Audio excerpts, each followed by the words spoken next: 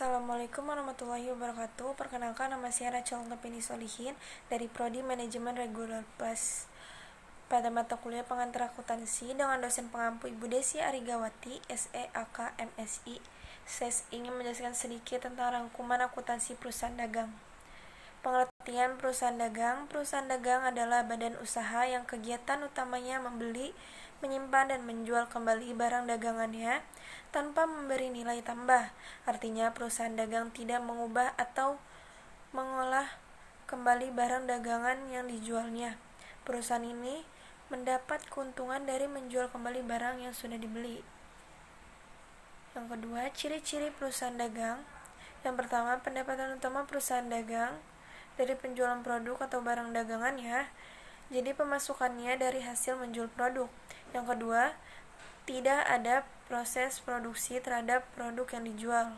Yang ketiga, menggunakan sistem akuntansi persediaan barang dagangan. Yang keempat, sebagai perantara antara produsen dan konsumen. Yang kelima, antara barang yang dibeli dan barang yang dijual tidak ada perubahan. Dan yang keenam, tujuan utama perusahaan dagang adalah mencari laba alias keuntungan dengan menjual produk dagangan dengan harga yang lebih tinggi. Yang ketiga, jenis-jenis perusahaan dagang berdasarkan produk dibagi menjadi dua jenis. Yang pertama, perusahaan dagang bahan baku atau raw material adalah perusahaan dagang yang menjual bahan baku. Bahan baku ini nantinya akan menjadi bahan dasar pembuatan produk atau alat-alat produksi yang menghasilkan produk lain. Yang kedua, perusahaan dagang barang jadi adalah perusahaan dagang yang menjual produk dalam bentuk akhir yang siap digunakan oleh pembelinya. Yang kedua adalah perusahaan dagang berdasarkan macam konsumen.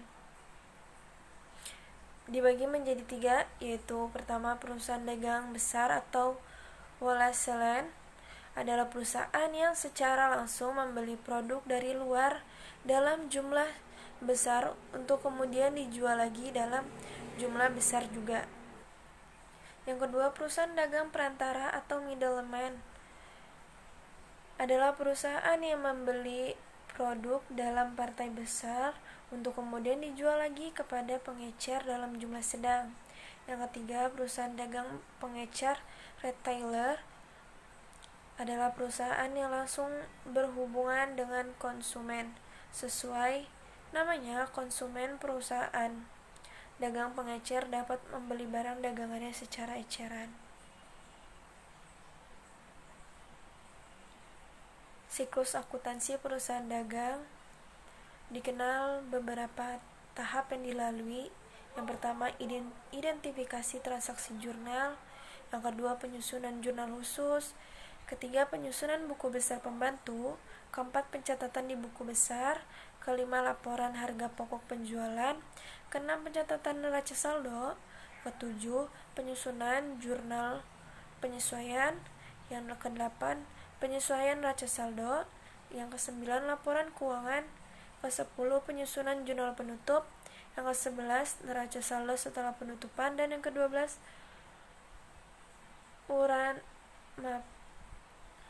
penyusunan jurnal pembalik. Latihan soal. Yang pertama adalah metode periodik.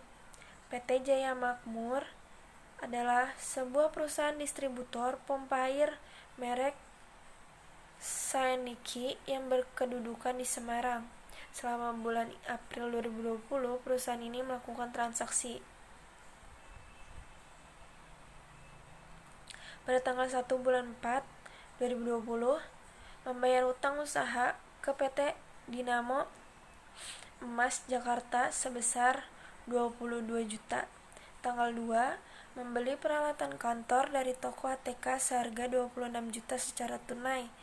Pada tanggal 4, membeli barang dagang dari PT Dinamo Emas Jakarta seharga 26 juta secara kredit.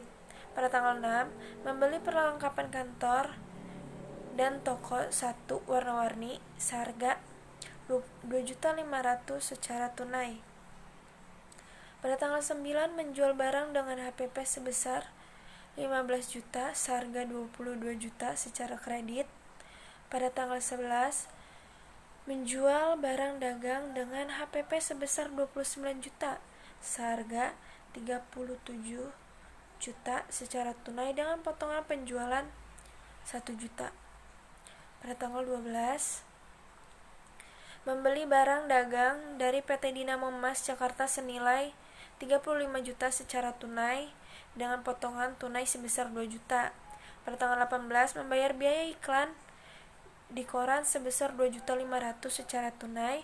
Pada tanggal 19 membayar biaya pengiriman barang ke perusahaan transportasi sebesar 1.500.000 secara tunai. Dan tanggal 28 membayar gaji pegawai sebesar 2.700.000 secara tunai. Jawabannya PT Jaya Makmur April 2020. Tanggal 1 utang usaha terhadap debit 22 juta dan kas terhadap kredit 22 juta. Pada tanggal 2 peralatan kantor terhadap debit 26 juta, kas terhadap kredit 26 juta. Tanggal 4 pembelian terhadap debit 26 juta dan utang usaha terhadap kredit 26 juta. Tanggal 6 perlengkapan kantor terhadap debit 2.500.000 dan kas terhadap kredit 2.500.000. Tanggal 9 piutang usaha terhadap debit 22 juta ribu dan penjualan terhadap kredit 22 juta.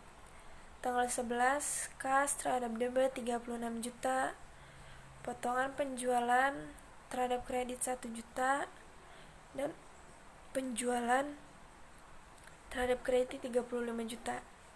Pada tanggal 12 pembelian terhadap debit 35 juta, potongan pembelian terhadap kredit 2 juta dan kas terhadap kredit 33 juta.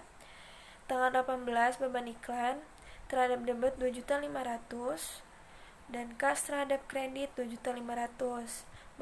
Tanggal 19 beban angkut 1.500.000 terhadap debit dan kas terhadap kredit 1.500.000.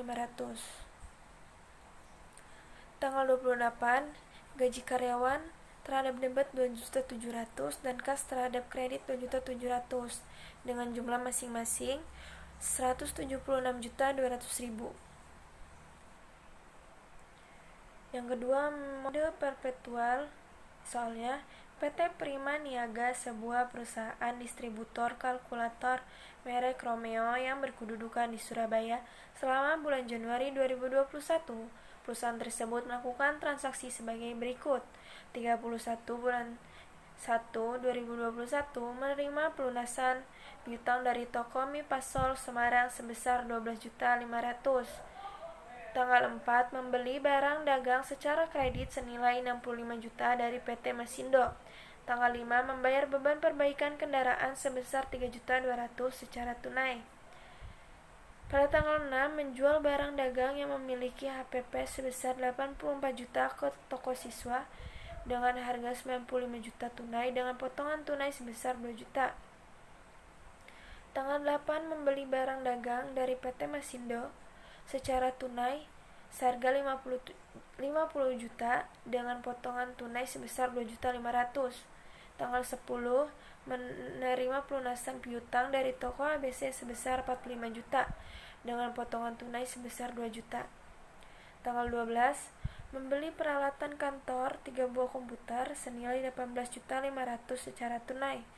Tanggal 13 menjual barang dagangan dengan HPP sebesar 67 juta seharga 75 juta, di mana sebesar 25 juta dibayar tunai dan sisanya akan dilunasi dalam waktu 2 bulan.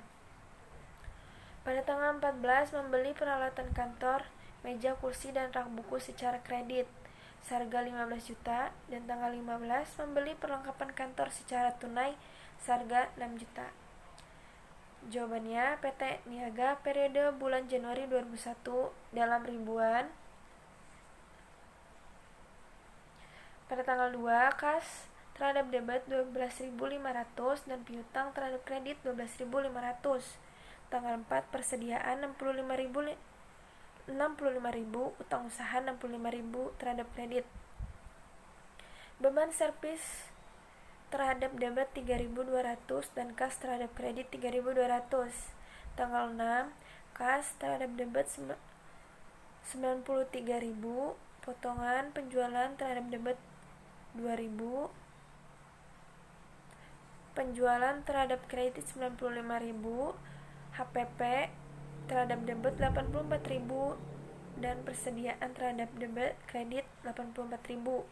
Tanggal 8 persediaan terhadap debit 50.000 dan potongan pembelian terhadap kredit 2.500 dan kas terhadap kredit 47.500. Tanggal 10 kas terhadap debit 43.000 dan potongan penjualan terhadap debit 2.000, piutang terhadap kredit 45.000. Tanggal 12 peralatan kantor terhadap debit 18.500 dan kas terhadap kredit 18.500. Tanggal 13 kas terhadap debit 25.000, piutang usaha terhadap debit 50.000, penjualan terhadap kredit 75.000, HPP terhadap debit 67.000 dan persediaan terhadap kredit 67.000. Pada tanggal 14 perlengkapan kantor 15.000 terhadap debit dan utang usaha terhadap kredit 15.000.